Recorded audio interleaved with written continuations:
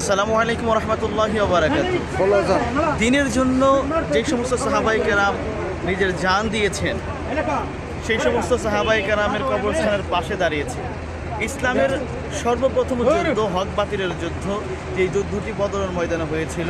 ৩১৩ জন সাহাবায়ে কেরাম রাদিয়াল্লাহু তাআলা আনহুম নিয়ে যে যুদ্ধের মধ্যে নবী সাল্লাল্লাহু আলাইহি ওয়াসাল্লাম অংশগ্রহণ করেছিলেন, সেই যুদ্ধে যারা শাহাদাত বরণ করেছিলেন তাদের নামগুলো এই ফলকে দেওয়া আছে। 14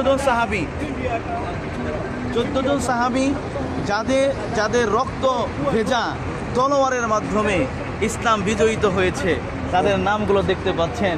উমাইর ইবনে আবি ওয়াক্কাস রাদিয়াল্লাহু তাআলা আনহু, সাফওয়ান ইবনে ওয়াহাব রাদিয়াল্লাহু তাআলা আনহু, এইরকম ভাবে 14 জন সাহাবায়ে কেরাম যারা দ্বীনের জন্য শাহাদাত বরণ করেছেন, পাশেই তাদের কবরস্থান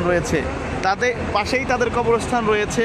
এই কবরস্থানে তারা শাহিদ আছেন, যারা ইসলামের জন্য এত বিশাল বড় একটা কুরবানি দিয়েছেন, জান দিয়েছেন, মাল দিয়েছেন, নিজের জীবন দিয়েছেন। এই সমস্ত সাহাবায়ে কেরাম রাদিয়াল্লাহু তাআলা আনহুমদের ব্যাপারে আল্লাহ রাব্বুল আলামিন বলছেন, রাদিয়াল্লাহু আনহু ওয়া রাদু আন, আমি আল্লাহ তাদের প্রতি খুশি, তারাও আমার প্রতি খুশি। এই সমস্ত সাহাবায়ের মতো ঈমান আমাদেরকে আল্লাহ তাআলা দান করুক, আল্লাহুম্মা আমিন। আপনারা দেখতে পাচ্ছেন সোহাদায়ে বদরের যুদ্ধে শহীদদের মাকবারা এটি। এখানে শুয়ে আছেন 14 জন রাসূল করিম সাল্লাল্লাহু আলাইহি ওয়াসাল্লামের সম্মানিত শহীদ সাহাবা।